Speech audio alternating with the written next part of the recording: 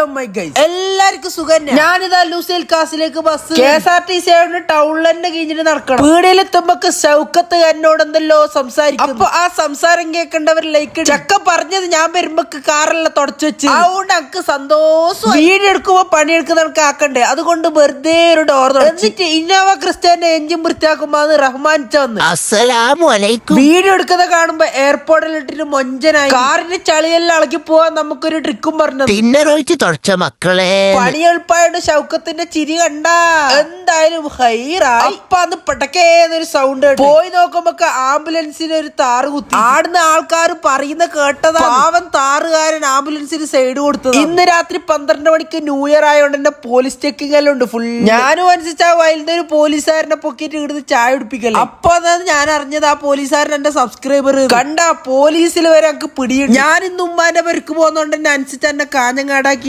അപ്പൊ എന്റെ ഈ വീഡിയോ കാണുന്ന എല്ലാവർക്കും ഹാപ്പി ന്യൂ ഇയർ.